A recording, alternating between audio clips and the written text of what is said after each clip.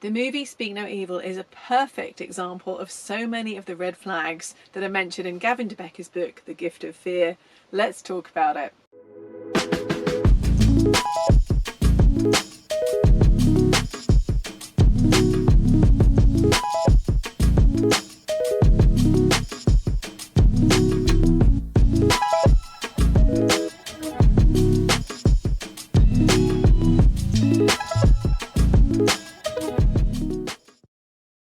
Hi everyone, I'm Rosie Blythe. I'm the author of the Princess Guide to Life book series, and on this channel we talk about everything from TV characters to spirituality to finances to dogs and everything in between. And today I want to continue my discussion of the Gift of Fear book. So I've done a little recap of the book itself. I've told some stories from my own life where I either successfully avoided red flags or didn't in time.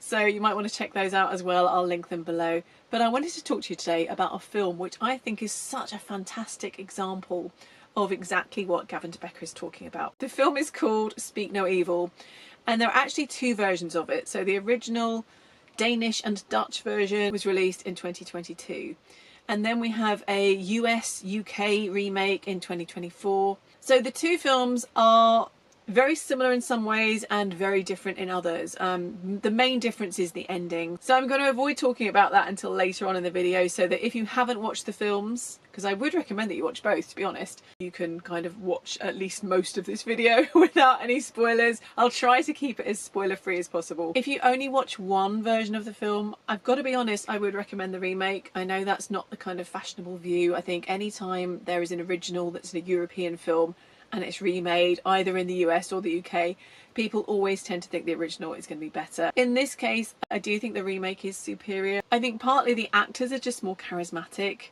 and it's not anything to do with celebrity, because the only person I knew was James McAvoy, and I've never been a huge fan of his. Like, like nothing personal against him. I'd seen Split and I was a bit like, oh yeah, we're all really impressed you can play different parts, but any actor can do that, it's just showing off. But I have to admit, he is phenomenal in this film. He's really good, super charismatic. He's really enjoying himself and just great in the part. Like, he really makes the film, to be honest. So I'm going to be talking mostly about the remake because that's my preferred version, and I think all of the scenes I'm going to talk about today just have slightly more depth in the remake, and the story and the characters were just fleshed out a little bit more. No offense to the original, it was a great movie. Also, if you don't like subtitled movies, fear not, because the original is mostly in English. Because obviously when you have people from two different European countries, English does tend to be the common language that they'll choose to speak. So it's a great way to actually expand your European cinema tastes without having to sit through subtitles if that's not your thing. Presumably, you know, most people go into a film knowing a basic description about it. So on IMDb, the description of this is: a family is invited to spend a whole weekend in a lonely home in the countryside, but as the weekend progresses, they realise that a dark side lies within the family who invited them. So it's not a spoiler to say that, you know, sinister things are going to happen. You're kind of looking out for the signs. If you're not familiar with the book, The Gift of Fear by Gavin de Becker, I did do a review of it, you might want to watch. But it's basically talking about the fact that we know when we're in danger. We do pick up the signals, we do notice the red flags, but a lot of the time we talk ourselves out of it and we kind of convince ourselves that no, there's no danger, it's probably fine, this person's probably not going to do anything to me, I'm being silly, I'm being paranoid. And he does make the point that animals in the wild would never do that. You'd never get a deer going, I think I heard something, it's probably all in my head. Like, they're just going to run. And that's how they survive. Most of the time for us humans, you might see a red flag that's a manipulation. It's not life or death, you know, it's just like, oh, I should have realised that person was gonna talk me into that thing that I didn't really want to do, or whatever. But the tactics are kind of the same. I wanted to talk about those early red flags because I think it's really fascinating.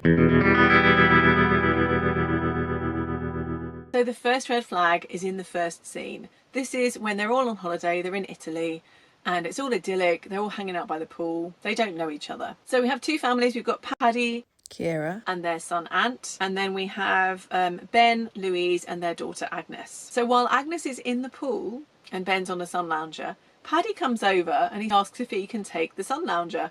It has Agnes's stuff on it, so she's clearly using it, she's just popped in the pool. But Ben says, yeah, sure, take it. Hey. Is this chair free? No, yeah, sure. Superb, superb. So we have the first step where somebody who wants to see if they can manipulate you, they're not going to go straight in with being a complete weirdo, because obviously most people would be like, no, don't be a weirdo around me. But when someone asks you for something that's just a little bit out of your way and you give into it, that's a pretty good signal that you are going to comply with whatever else they're going to ask you. So if Ben had said, oh no, actually my daughter's coming back, I think that would have been the end of it.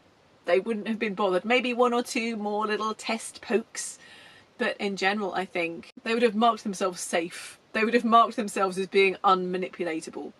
But when someone sees that you're easygoing, that you'd rather just agree to something than make a fuss, that's a green flag for the manipulator. There's also this scene when Paddy's family is kind of smirking at them because they can see that they're caught talking to boring people and they're too polite to extricate themselves. You should come to the class tomorrow because I believe they're making the gnocchi. Oh, it's going to be great. And you will love Giorgio teaches us. He knows everything about Italian food and he even invented some variations of these courses. And again, I think this is so relatable. I don't think there's anyone in the world who has never experienced being like, oh, I don't want to talk to this person anymore, but I don't know how to end the conversation. Some people are just really blunt when everyone else is like tying themselves in knots, like, oh, how can I get myself out of this conversation? But most of us do kind of get stuck talking for ages. So it's interesting that Paddy's family kind of note this as well.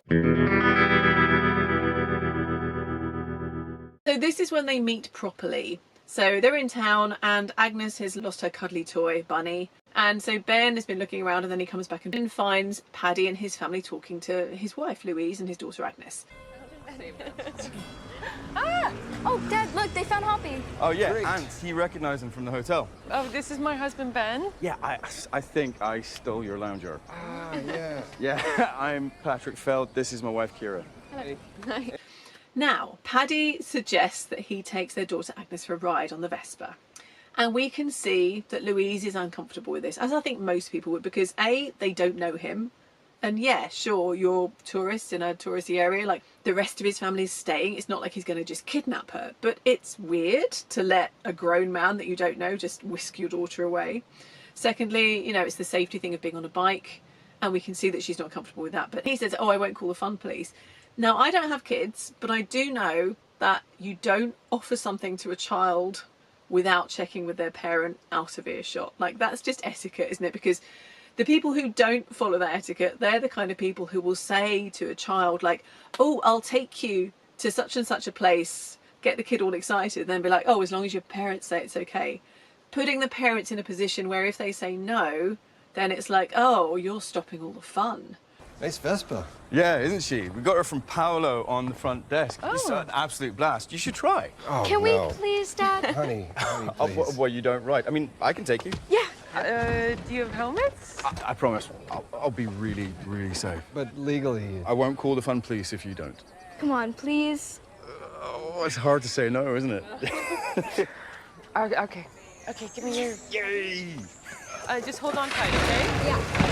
All right, you holding on? Yeah. All right, we'll go nice and slow, Yeah. okay? See you guys in a sec. Here Hold on tight. we go. Bye. You doing all right? It's natural. No, she'll be fine. So, there may be many reasons why a parent doesn't want their kid to, go off with someone or go to the sweet shop or go to their friend's house after school or whatever. So if you're trying to act like the fun person, like, oh, I'll take you here, I'll do this, you can come and do this with me as long as your parents are okay with it. And I think that is quite manipulative because you're essentially saying, like, I'm the fun person. Your parents are so boring, they won't let you do this thing. And this isn't always manipulative because it would be really normal, like if a kid says, like, oh, can I come and play after school with your daughter or whatever? You'd probably say something like, well, yeah, it's fine with me as long as it's okay with your mum. But it would maybe be better to say, well, we'll check with your mum, rather than like, oh, fine with me. But if your mum says no, then that's the end of the fun. So there are kind of subtle ways to follow the etiquette. And Paddy steamrollers through any kind of etiquette of this. He makes it very clear he's the fun one. If you say no, then you're the fun police. And again, he can see that the parents are slightly uncomfortable, or more than slightly, but he sees that they're going to go along with it anyway. also this couple say too much. And again, you know, when you're on holiday, you might open up more. It's like when you start talking to a cab driver or a hairdresser or something, or somebody like who's outside of your social circle, you might tell them more about your personal life than you would to your friends, because it's like, oh, it doesn't really matter. It has a slightly anonymous kind of feel to it. But they tell these people that they are actually a little bit isolated. Make the decision that we're gonna move to London. Fly over, find an apartment. I'm hiring great new people, and then global economy tanks. I get a call from Chicago. Ben, about that UK office we wanted you to set up. Oh, man, that's got to be a kick in the balls. Yeah, they gave me a good severance. Yeah? That's redundancy. And Louise, do you work? I do, yeah. I'm in PR, or I was. I am. I don't have quite the same network in London. Yeah, we're still finding our way. But we've decided to stay in London because we love it.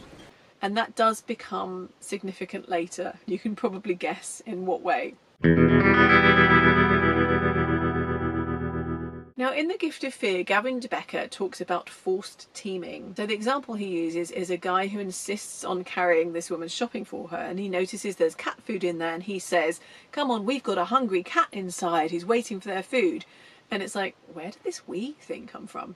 And I think Speak No Evil does have a kind of example of this, because we have this scene where Paddy's family and Ben's family bond over the other people on holiday being boring. He's forever.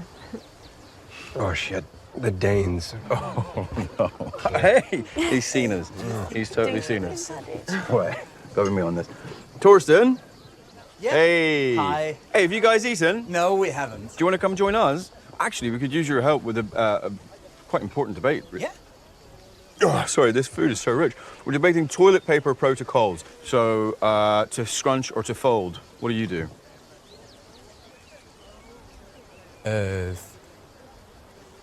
I don't know. Oh, all right. Well, Louise is fold, Kira is scrunch. But you see, Ben and I, we worry that if you fold, you risk a puncture and you get a bit of poo on your finger. So, what should we do? Get another 3 chairs? No, we were actually just looking to make a reservation for later, so... Oh, all right, man. Okay, well, see you guys back at the ranch. Yeah. Bye, then. See yous. Come be cool. You're terrible. Terrible. You do not know the half of it. And again, this is something that could just be completely normal. Like, this is kind of how friendships get formed, isn't it? Like, you have a laugh about something and that shared joke becomes an in-joke. And then it's like, oh, remember that time we did this? Or remember that time that happened? And that's like a really normal development of a friendship. But I think in this situation, we could also argue that it is sort of forced teaming. It's like you're setting yourselves up as like, it's us against everyone else on this holiday. We're the cool gang, aren't we?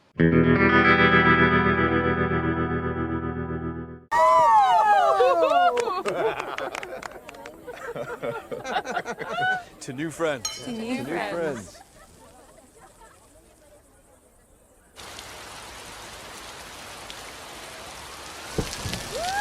Oh God, remind me why we live in London again? Come on, what's up? So they go home from their holiday from gorgeous Italy to dreary old London. Everything's grey and rainy, as it is in winter in London. So when they get this invitation to go and stay, there doesn't seem to be a reason to say no. Now, I would note, in the original, there is this scene where they're talking to some of their friends, like, oh, we've been invited to stay with these people that we met on holiday. And their friends do actually suggest it would be rude not to go. So I think that's quite an interesting one. En invitation fra nogen, vi mødte i Toskana i sommer. Så kommer hun på besøg. Nå, okay. Hvem er det?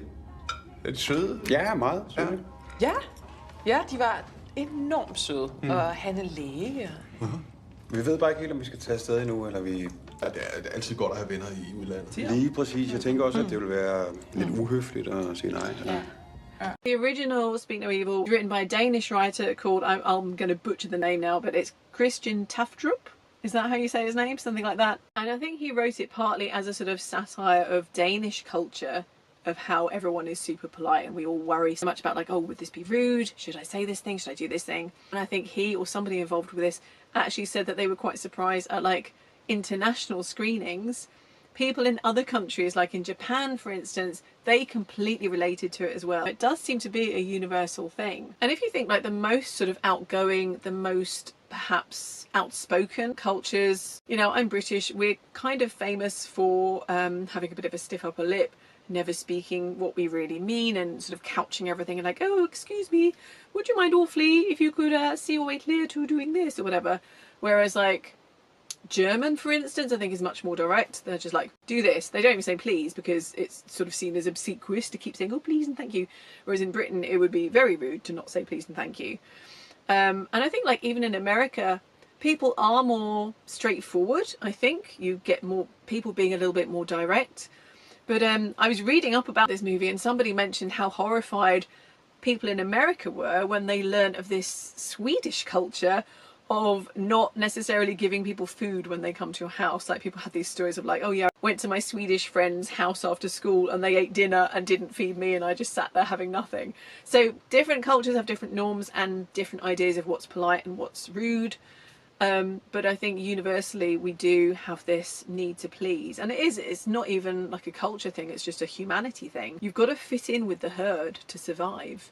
So yeah, you can be the brave leader, you can be a bit outspoken, you can be a bit different, but not too different, because then you're weird and you could be left on the outside of the group, which would be bad for survival. So Louise mentions that it's a bit long to stay with people they don't know, but Ben is kind of all gung-ho, and so they go. So in the original film, they stay in a fairly ordinary house.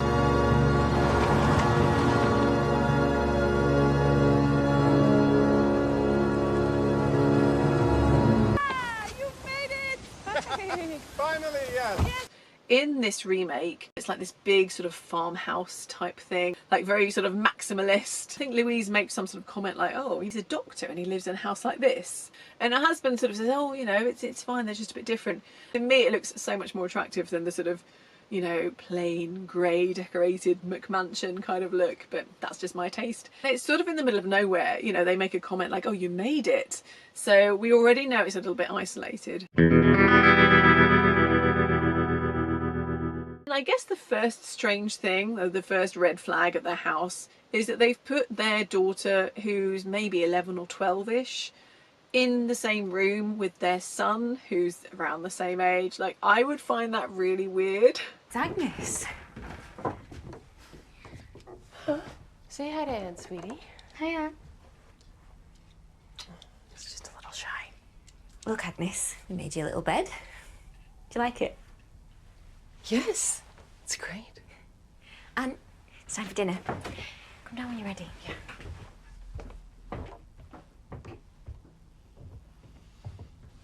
And it's obvious that Agnes finds it weird too. That Louise answers for her to say like, oh yeah, it's great.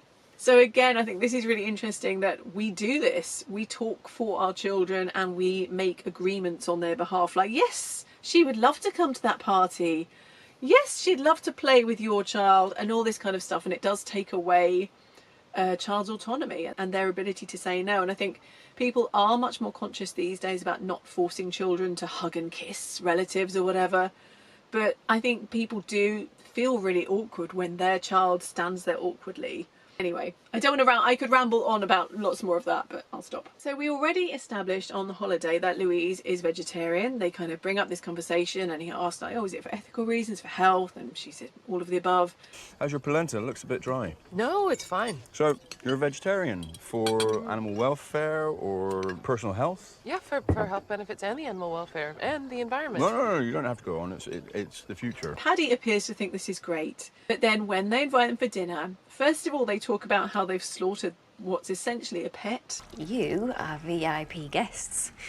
When Paddy heard you were coming, he butchered Libby, our prize goose, and has been hanging her in the outhouse. She was some bird, Libby. Regal girl. Real queen of the farmyard, you know? I mean, what was she like? She had personality. Ta-da! Libby and a ranch. All right, the old man's carving forks. Sous chef, if you please. Just two. Raised with love. Free range. Our wheat, our grass, our orchards. And then he makes Louise eat some meat.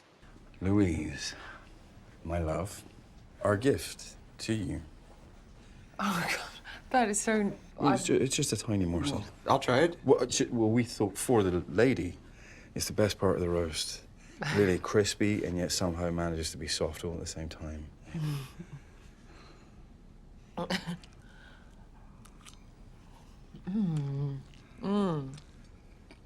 It's good. It's okay.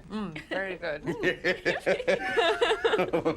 Louise is really pushed into this awkward situation where it's like, you can just see that she thinks it's easier just to eat it, like it's no big deal. Now, this is one of those things that I think most people would be like, oh, come on.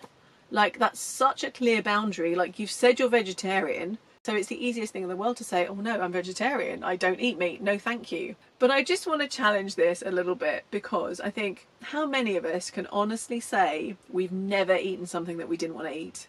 And for some people, it's going to have started when they're children. Some people are forced to clean their plates from childhood because their parents want them to eat their dinner, they want them to eat their greens, they don't want waste. And so they make their kids, it's like, oh, you're not allowed to leave the table until you've eaten it, or you'll have it for breakfast the next day, and all that kind of stuff. And I think people who are brought up with this end up with quite disordered eating. You know, at the very least, they will have trained themselves to continue eating after they're full, which isn't great for weight and all sorts of health things. And I think also with that, parents are teaching children not to listen to their own bodies. They're taught not to listen to that inner voice saying, I've had enough, I don't want any more. It's like, no, you're going to override that. And that, you know, feeds into the whole theme of trying to please other people at your own expense. But I think even people who haven't experienced this have probably eaten something they didn't really want to at some point. So imagine your friend makes you a birthday cake and you taste it and it's not good, but they're sitting there like, how is it? You're not going to go, "Puh, I can't eat this, it's disgusting." You're probably going to choke down the rest of that slice, aren't you? So, or if a child has made you a little jam tart and they've messed around with the pastry so long it's all grey and disgusting, you're probably going to eat it though, because you're not going to say, oh, I'm not eating that crap. Because how hurtful would that be? And I think food is one of those really emotive things that it's not just, you know, because when you're a cook, you want people to really enjoy your handiwork. And so if people are looking like they're not enjoying it, that's going to really cut deep, isn't it? I'm not at all surprised that Louise just eats this meat. And also, you know, you could argue, and I'm really overthinking this character now, but I can imagine she might have justified it to herself thinking, well, you know, if I don't eat meat for ethical reasons, because I don't want to eat, you know, chickens that have been raised in a barn and never seen sunlight and pumped full of antibiotics, it's very different to eat meat from a bird that has lived on a farm, had a really happy life, you know, scratching around in the farmyard. One day they're alive and enjoying life, and the next day they're dead. We've all got to go sometime. I would think that there would be less of an ethical barrier to that. So she would probably convince herself, like, just one mouthful of meat is fine. But they're very uncomfortable when they talk about slaughtering their pet goose. So this is kind of a red flag as well, I think. If people can see that you're uncomfortable and they carry on pushing it because they kind of want to see you squirm, that's such a red flag.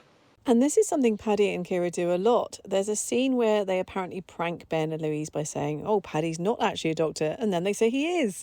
Then they massively wind them up in the restaurant, and it's all purely to unsettle the other couple and make them feel off kilter. But didn't you say you were a doctor? Did I?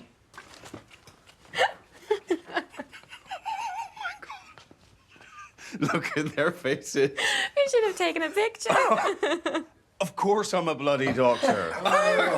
So that is where I'm going to leave it for today, because this video is already getting long. I hope you'll join me for part 2 coming soon. Thank you so much for hanging out with me today. I hope you've enjoyed it, and thank you for liking the video. Thank you for subscribing to the channel, and I will look forward to seeing you next time. Take care. Bye.